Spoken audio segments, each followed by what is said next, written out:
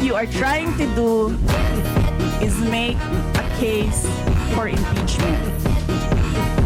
So, you may try to destroy me, you can skin me alive and throw my ashes to the wind. But let it be known, you will find me unbowed.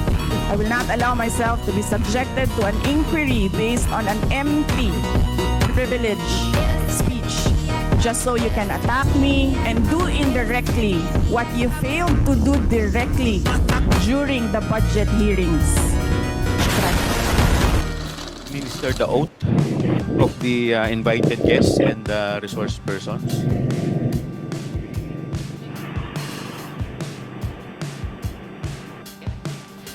Thank you, Your Honor. To all the resource persons invited, kindly stand up and raise your right hand, please. Representatives and resource persons from the Office of the Vice President, COA, and DBFO. Thank you, ma'am. Mr. Chair, Yes, the Honorable yes, Vice when you President. sent a letter to the Office of the Vice President, you attached a copy of the rules in aid of legislation. Yes po. Yes, sir. Nakalagay po doon na witnesses lang po ang ino-oath. Sabi niyo po ngayon sa amin, resource persons kami. Ang ano po, considered as resource person po. Ang ano po. Kayo po. Kaya nga po. Yes po. Lahat po ino-oath po. Yes. Apo. Nakalagay po sa rules ninyo, witnesses. Nakalagay po dito ngayon sa table, resource persons. Lahat po considered as resource person and witness. Lahat po naman kayo, lahat resource person pa eh. Wala pa naman po tayong tinatawag na, lahat po considered as resource person pa lang po. Right. Opo. Ang nasa rules ninyo, witnesses lang po ang nag-o-oath. Wala po kayong rules sa resource persons.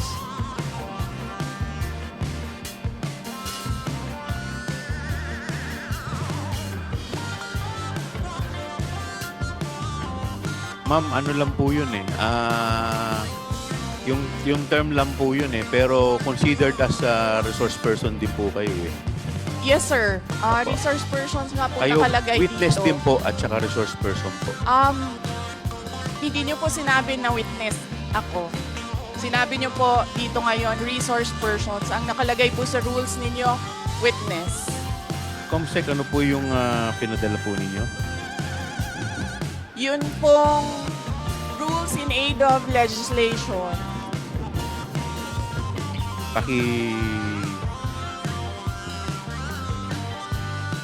Mr. Chair, point of order. What is the point of order of the Honorable Congressman This issue about Macapagal? witness, resource person, etc., etc. Ma'am, pakilakas lang po, hindi po marinig. Persons and accused has been taken up in previous legislative inquiries in aid of legislation.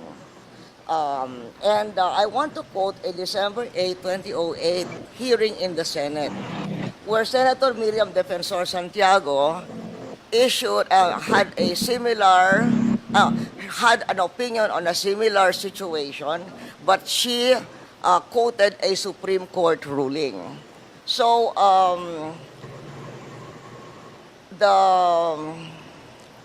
the Constitution provides that no person shall be compelled to be a witness against himself. The Supreme Court has repeatedly emphasized that there is a difference between a mere witness and the accused. And it can appear from statements and privileged speeches that there is that a person who is the subject matter of an adverse privileged speech is not a mere witness or a mere person of interest, meaning a suspect. She is in fact accused of what seems to be a criminal case for violation of certain criminal laws, including malversation of public funds. And there is a case quoted in 2007, Standard Chartered Bank versus the Committee on Banks. where the court repeated the rule that an accused occupies a different tier of protection from an ordinary witness. So, where the court said, Supreme Court said, whereas an ordinary witness may be compelled to take the witness stand and claim the privilege at each question requiring an incriminating answer is shot at him, an accused may altogether refuse to take the witness stand and refuse to answer any or all questions. So that has been a supreme. And then there is a portion that the court explained that the right of the accused against self-incrimination also applies to respondents in administrative investigations such as legislative inquiries in aid of legislation. So that is the point of order I am raising, and there is a Supreme Court ruling to this effect. Thank you, Mr. With that, the chair declares 1 minute suspension. Recess.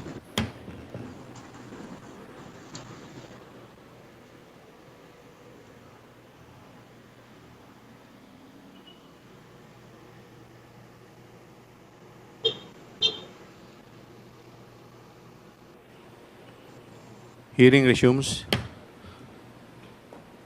Madam Congresswoman Arroyo, may I know if may I be clarified if the tenor of your point of inquiry is referring to the sub judice case or rule? Referring to the sub judice case, but it is saying that when a witness, in fact, is in reality the accused.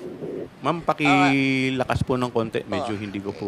What is saying is that if by the nature, for instance, of the privileged speech, if the witness is not a mere but the person being asked is not a mere witness or a mere person of interest, he is in fact the accused of what seems to be a case including malversation of public funds.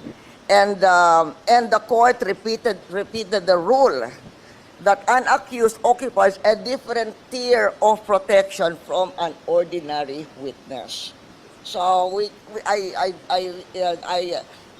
from given what Miriam Defensor Santiago said and the Supreme Court ruling that she's quoting, we cannot, we cannot just trivialize. Kasi you're just a witness, you're a witness. Pareho na rin yung witness, resource person. They are not the same. The Supreme Court says they are not the same.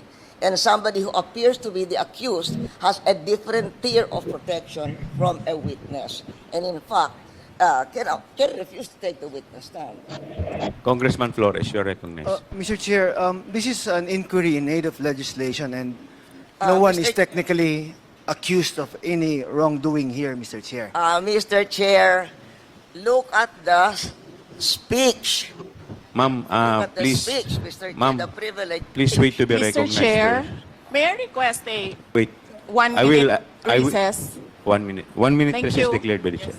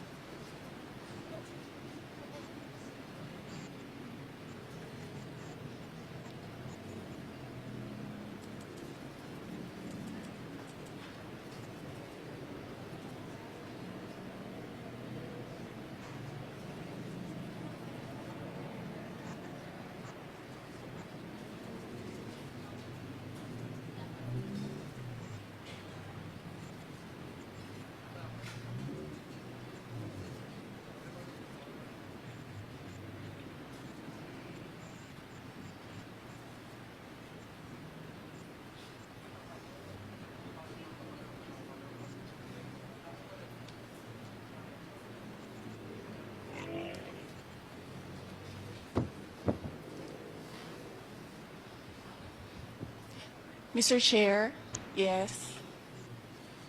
Mr. Chair, Session resumes. Mr. Chair, may I speak? You will be given the opportunity later, Okay. Madam Vice President.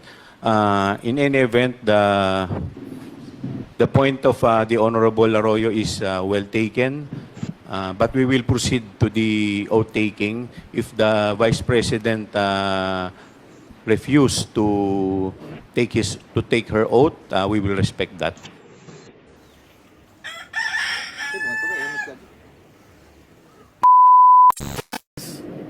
If I am replaced as a vice chair, does that automatically mean that I am removed as a member of this committee? Your removal from the vice chair, you were removed in a plenary session, House rules. You were not appointed as member. Your appointment was as vice chair. So hindi naman po kayo Mr. in-appoint Chair. muna as member bago kayo ginawang vice chair. Your immediate appointment was as vice chairman, and therefore your removal as vice chair will remove you as member also.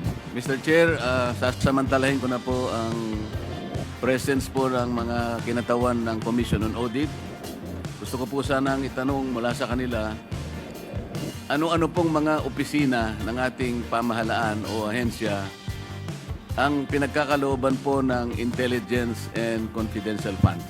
Confidential funds are given to NGAs, to LGUs, and some GOCCs po. Hindi po ba yung mga opisina ng mayor ay nakakatanggap ng intelligence and confidential funds? As long as it is part of their budget, Madam Chair, ay Mr. Chair. Kaya nga po tinatanong ko sa inyo, kayo po nakakaalam kasi kung sino-sino sa kanila. Karaniwan po yung opisina ng mayor, nakatatanggap po, maaaring hindi lahat, ngunit nakatatanggap po basically yung opisina ng mayor. Tama po. According to the joint circular po, LGUs whose peace and order is a priority concern. Kaya nga po gusto ko pong malaman, halimbawa 2022 at saka 2023, ballpark figures lang po, ilan po sa mga official at sa mga opisina ng mayor na nakatanggap ng confidence. Marami po kayong na-issue, at alam ko marami talaga, na notices of disallowance.